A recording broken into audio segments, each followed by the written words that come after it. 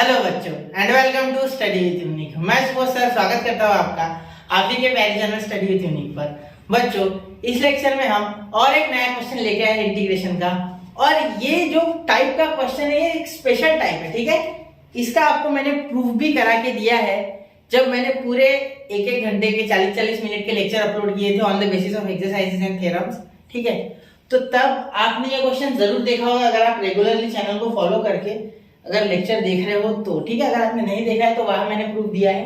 ठीक है, ये स्पेशल टाइप है इंटीग्रेशन का, कोई एक्सरसाइज 1.3 के आसपास है ये। ठीक है, तो जरूर देख लेना, प्लेलिस्ट है चैनल पे। ठीक है, सिर्फ इतना डालना indefinite integration study with unique. ठीक है, चलिए तो शुरू करूं मैं ये क्वेश्चन। देखो यहाँ e का power x f of x plus f dash of x, अब मैंने कैसे पहचाना ये भी बताऊंगा। ठीक है, इंटीग्रेशन dx, इसका आंसर सिंपली आ जाता है बेटा e का power x f of x plus c। ये इसका सिंपल आंसर है।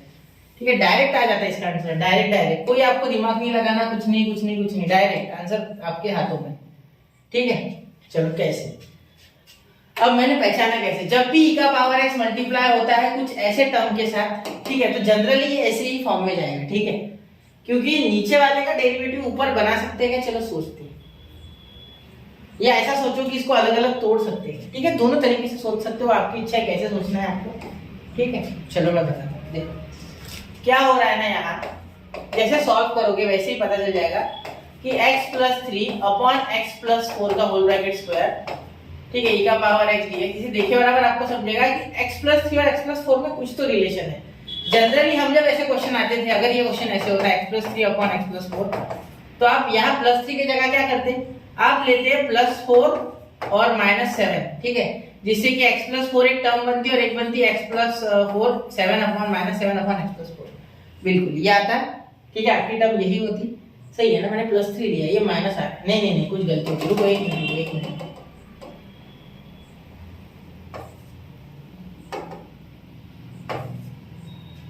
तो यहाँ जनरली आप क्या करते हैं, ठीक है, देखो x प्लस 3 है तो आप यहाँ 3 बनाने की कोशिश करते, ठीक है, 4 बनाने की कोशिश करते, सॉरी यार, तो आप प्लस 4 और माइनस 4 ले लेते। ठीक है, जिससे कि यहाँ आपका जो टर्म है वो हो जाता यहाँ प्लस 4 माइनस 1। ठीक है, तो आप एक टर्म बना लेते x माइनस 4 का, x plus 4 upon x plus 4, एक बना लेते माइनस 1 अपॉन x प्लस 4।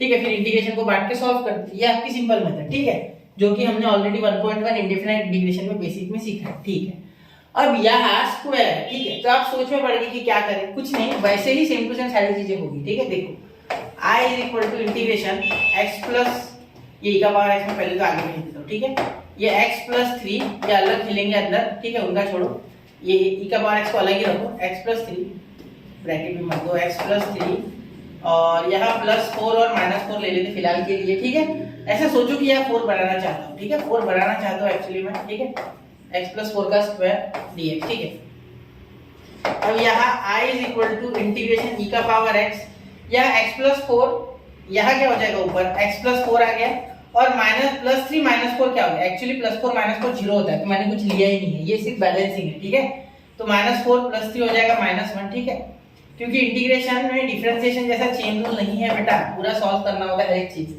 ये x प्लस 4 और माइनस 1 अपॉन x प्लस 4 का होल ब्रैकेट का स्क्वायर और ये dx, ऐसा आपके पास आ चुका है। अब ये सॉल्वेबल मोड में आ चुका है, अब इसे सॉल्व किया जा सकता है, आप बहुत से बच्चे से यहाँ से उठा सकते हैं।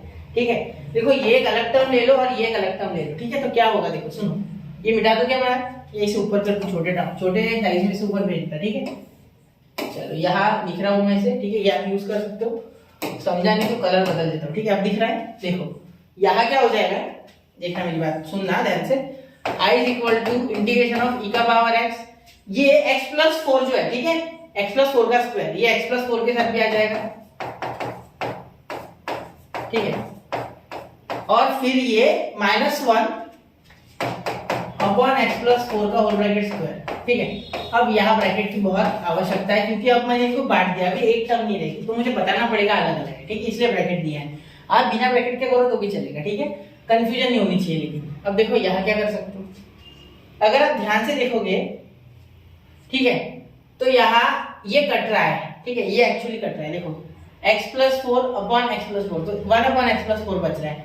यहाँ माइनस 1 अपॉन x प्लस 4 का स्क्वायर, देखो i is equal to integration E का पावर एक्स। देखो टेंशन मत लो, आप सोच रहे हो ई का पावर एक्स 2 बार मल्टीप्लाई करना पड़ेगा, फिर तो सर लंबा हो जाएगा, वाई पार्ट लगाएंगे। हाँ ऐसे सपने मत देखो, बहुत आसानी से हो जाएगा। देखो 1/x+4 एक बार ट्राई करना कभी भी कोई चीज, ठीक है। बाद में हारने के बाद, हारना अलग चीज, करना ही नहीं अलग चीज। करना हारे तो हारे, गलत हो गया तो हो गया, क्या हो रहा है, ठीक है। कोई पहाड़ तो नहीं टूट पड़ेगा। हाँ अगर पेज भी आपका वेस्ट हो रहा है तो पेंसिल से करो, या उससे अच्छा एक व्हाइट बोर्ड ले लो छोटा, ठीक है। 1/x+4, अब कुछ बोलेंगे मार्कर की इंक वेस्ट जाती है, सॉरी बोलना था मुझे इसलिए बोल दिया। x+4 का स्क्वायर और यहाँ dx, ठीक है।